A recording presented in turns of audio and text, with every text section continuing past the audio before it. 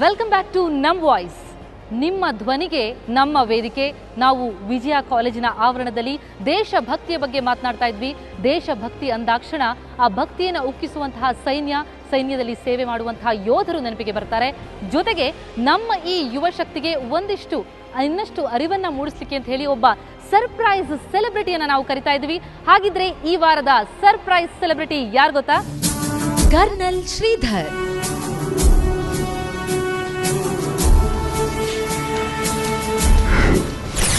ಯುದ್ಧ ಭೂಮಿಯಲ್ಲಿ ಹೋರಾಡಿ ನಮ್ಮನ್ನೆಲ್ಲ ದೇಶವನ್ನ ಕಾದಂತವರು.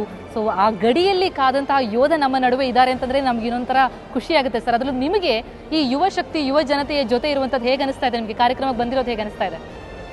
ನಮ್ಮ ವಯಸ್ಸಿನ ಜನಗಳಿಗೆ ಪ್ರಜೆಗಳಿಗೆ ನಾವು ಏನಿಸುತ್ತೆ ಅಂತಂದರೆ ಈ ಯುವ ಶಕ್ತಿ ಏನಿದೆ ಇವಾಗಿಂದು ಇದು ಮುಂದೆ ನಮ್ಮನ್ನು ಕಾಪಾಡುತ್ತೆ ಅಂತ. ಸರ್, ಇಲ್ಲಿರುವಂತಹ ನಮ್ಮ ಯುವ ಶಕ್ತಿಯಲ್ಲಿ ಸಾಕಷ್ಟು ಪ್ರಶ್ನೆಗಳಿವೆ.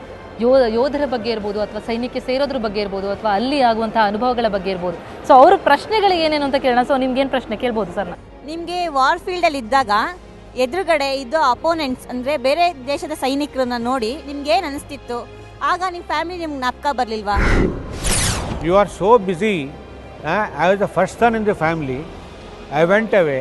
I was the first one to go from a village or from a district also to join the army, and I never remembered anybody. You don't find time. You don't find time to even write a letter once in 3 months. ಅಲ್ಲ, ಪತ್ರಗಳು ನೀವು ಬರೆಯೋಕ್ಕಾಗಿಲ್ಲ ಅಂದ್ರೆ ನಿಮಗೆ ಪತ್ರ ಬರೋದಕ್ಕೆ ಕಾಯ್ತಿರ್ತಿದ್ರ? ನಮ್ಮ ಪತ್ರ ಅವರು ದಿವಸಾನು ಹಾಕ್ತಾನೆ ಇದ್ದರು. ಎಲ್ಲ ಒಂದು ಕಡೆ ಸೇರಿಸಿಡ್ತಾ ಇರ್ತಿದ್ದೆ. ನಾನು ಕೊನೆಗೆ 6 ತಿಂಗಳು ಒಂದು ಕಾಗದ ಬಂದಿಲ್ಲ. ನಮ್ಮ ಸಿ ಒ ಕಾಗದ ಬರೆದು ನಮ್ಮಪ್ಪ, ನಮ್ಮ ಮಗ ಅಲ್ಲಿದ್ದಾನೆ, ಉತ್ತರನೇ ಕೊಡ್ತಾ ಇಲ್ಲ ನನ್ನ ಕಾಗದಗಳಿಗೆ. ಸಿ ಒ ನಾನು ಕರೆದು ಬೈದ್ಬಿಟ್ಟು ನಾನು ಹೇಳಿದ್ರು, ಉತ್ತರ ಬರೆಯಪ್ಪ, ತಗೋ ಈ ಕಾಗದ ತಗೋ ಬರೀ. ಅಂದ್ರೆ ಆ ಪತ್ರಗಳನ್ನ ನಿಮ್ಗೆ ಓದುವಾಗ ಪ್ರತಿ ಪತ್ರ ಬಂದಾಗ ಏನಿದೆ? No time to write letters. ಈಗಿನ ಯುವ ಜನತೆಗೆ ಸಾಕಷ್ಟು ಫೀಲ್ಡ್ಗಳಿದೆ. ಡಾಕ್ಟರ್ ಆಗೋದು, ಇಂಜಿನಿಯರಿಂಗ್ ಆಗೋದು, ಹೀಗೆ ಬೇರೆ ಬೇರೆ ವಿಧವಾದಂಥ ಒಂದು ಫೀಲ್ಡ್ಗಳಿದೆ. ಅವರು ಆ ಕಡೆ ಸೆಳೀತಾ ಇದ್ದಾರೆ. ಆದರೆ ಈ ಆರ್ಮಿ ಅಥವಾ ಸೈನಿಕನಾಗುವಂಥ ಆ ಫೀಲ್ಡ್ಗೆ ಸೆಳಿತಾ ಇಲ್ಲ ಯಾರಿಗೂ. ಯಾಕೆ ಸರ್? ಏನಿರ್ಬೋದು ಅಂತ ನಿಮ್ಗೆ ಅನ್ಸುತ್ತೆ? You should know. ಮೊದಲು ನಿಮಗೆ ಗೊತ್ತಾಗಬೇಕು ನನ್ನ ಕರ್ತವ್ಯ ಏನು. ನನ್ನ ಕರ್ತವ್ಯ ದೇಶದ ಬಗ್ಗೆ ಏನು. ದೇಶ ಅಂದರೆ ಬರೀ ಗಡಿ ಅಲ್ಲ. ನಮ್ಮ ಊರು, ನಮ್ಮ ಹಳ್ಳಿ, ಬೇರೆ ಕಡೆಗೆ ಬಡ ಜನರು ಒದ್ದಾಡ್ತಾ ಇದ್ದಾರೆ, ಕಷ್ಟಪಡ್ತಾ ಇದ್ದಾರೆ. ಅವರ ಬಗ್ಗೆ ನಿಮ್ಮ ಕಾಳಜಿ ಏನಿದೆ? ಐಡಿಯಾ ಆಫ್ ಇಂಡಿಯಾ ಅದು ನಿಮ್ಮಲ್ಲಿ ಬರಬೇಕು. ಒಂದೇ ಒಂದು ಸಣ್ಣ question sir. Pak occupied Kashmir ಅಂತಾರೆ, ಚೀನಾ ನಮ್ಮ ದೇಶದ ಜಾಗವನ್ನು ಆಕ್ಯುಪೈ ಮಾಡ್ಕೊತಾ ಇದ್ದಾರೆ ಅಂತಾರೆ. ಇದಕ್ಕೆ ತಮ್ಮ ಸಮಾಧಾನ ಏನು, ಅಥವಾ ಸರ್ಕಾರಕ್ಕೆ ನೀವು ಕೊಡ್ತಕ್ಕಂಥ ಒಂದು ಮುಖ್ಯವಾದ ಸಂದೇಶ ಏನು? ನೀವು ಕೇಳಿದ ಪ್ರಶ್ನೆಗೆ ಉತ್ತರನ ಸರ್ಕಾರಕ್ಕೆ ಕೊಡ್ತಾ ಇದ್ದೀನಿ, ಲಗಾತಾರ ಕೊಡ್ತಾ ಇದ್ದೀನಿ. ಆದರೆ ನಿಮಗೆ ನಿಮ್ಮ ಲೆವೆಲ್ಗೆ ಅದರ ಬಗ್ಗೆ ಚಿಂತೆ ಜಾಸ್ತಿ ಇರಬಾರ್ದು.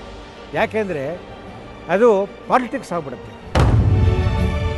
ಸರ್, ಸೈನ್ಯ ಅಂದಿದ ತಕ್ಷಣವೇ ಮೊದಲಾಗಿ ಬರೋದು ಹುಡುಗರೇ ಹೆಚ್ಚಾಗಿ ಸೈನ್ಯಕ್ಕೆ ಸೇರ್ತಾರೆ ಅಂತ ಹೇಳ್ತಾರಲ್ವ ಸರ್? ಅದಕ್ಕೆ ಹುಡುಗಿಯರು ಹೇಗೆ ಸೇರೋದು ಅನ್ನೋದಕ್ಕೆ ಸ್ವಲ್ಪ ಅಡ್ವೈಸ್ ಮಾಡಿ ಸರ್. ಆಫೀಸರ್ ಕಾರ್ಡರ್ನಲ್ಲಿ ಫೈಟಿಂಗ್ ಆರ್ಮ್ಸಲ್ಲಿ ಕೂಡ ಇವಾಗ ಮಹಿಳೆಯರಿಗೆ ಅವಕಾಶ ಇದೆ. ಜಾಸ್ತಿ ಅವಕಾಶ ಇರೋದು ಫೈಟಿಂಗ್ ಮಾಡದೇ ಇರೋ ಸರ್ವೀಸಸ್ ಅಂತೇನಿದೆ, army ordnance corps, army supply corps, army medical corps, army veterinary corps, army dental corps, ಆ ಥರ ಬೇಕಾದಷ್ಟು ಕೋರ್ಸ್ ಇದೆ. 61 ಟೈಮ್ಸ್ 2013 ಪಾಕ್ ಆರ್ಮಿ ಇಂಟ್ರೂಡ್ ಮಾಡಿದೆ ಇಂಡಿಯಾಗೆ. ಸೊ ಇದರಲ್ಲಿ ರೀಸೆಂಟಾಗಿ ಮೊನ್ನೆ 5 people has been died. So ಇದ್ರ ಪ್ರಕಾರ ಯಾವ ರೀಸನ್ಗಾಗಿ ಈ ಥರ ಆಗ್ತಾ ಇರ್ಬೋದು? JNKನಲ್ಲಿ 280 ಕಿಲೋಮೀಟರ್ಸ್ ಮಾತ್ರ ಇರೋದು. 280 ಕಿಲೋಮೀಟರ್ಸಲ್ಲಿ ಲೆಂಗ್ತಲ್ಲಿ 80 ಕಿಲೋಮೀಟರ್ಸು ಅಲ್ಲಿ ಕಾಲಿಡೋದಕ್ಕೆ ಸಾಧ್ಯ ಇಲ್ಲ. ಬರೀ ಚೂಪಾಗಿರೋದು ಪರ್ವತಗಳು, 1000 2000 ಅಡಿ ಹತ್ರ ಆ ಥರ ಎಲ್ಲ ಬೆಟ್ಟಗಳು, ಎಲ್ಲ ಕಲ್ಲು. ಅದು ಬಿಟ್ಟರೆ ಸ್ನೋ. ಆಮೇಲೆ ಅಲ್ಲಿ ಆ ಕಡೆ ಸ್ನೋ, ಆ ಕಡೆ 26 ಅಡಿ ಸ್ನೋ ಬೀಳುತ್ತೆ ಒಂದು ಸೀಸನ್ಗೆ. ಅಲ್ಲಿ ಏನೂ ಮಾಡೋಕ್ಕಾಗಲ್ಲ. ಅಲ್ಲಿ ನಾವು ಟ್ರೆಂಚ್ ಮಾಡ್ಕೊಂಡು ಕೂತ್ಕೊಳ್ಳೋಕೆ ಸಾಧ್ಯನೇ ಇಲ್ಲ. ಯಾಕೆಂದರೆ ಅಲ್ಲಿಂದ ಅವರು ಸಿಂಪ್ಲಿ ಒಂದು ಟ್ರೆಜೆಕ್ಟ್ರಿ ಹಾಕಿದರೆ ನಮ್ಮ ಟ್ರೆಂಚಲ್ಲೇ ಬೀಳುತ್ತೆ, ಗುಂಡಿಲ್ಲೇ ಬೀಳುತ್ತೆ. ಸುಮ್ಮನೆ ಅಲ್ಲೆಲ್ಲೇ ಎಲ್ಲರೂ ಮುದೋಗ್ಬಿಡ್ತಾರೆ. ಅದಕ್ಕೆ ಸಾಮಾನ್ಯ ಒಂದು 200 ಗಜ ಹಿಂದ್ಗಡೆ ಇರುತ್ತೆ ನಮ್ಮ ಗುಂಡಿಗಳು, ಒಂದು ಟ್ರೆಂಚಸ್.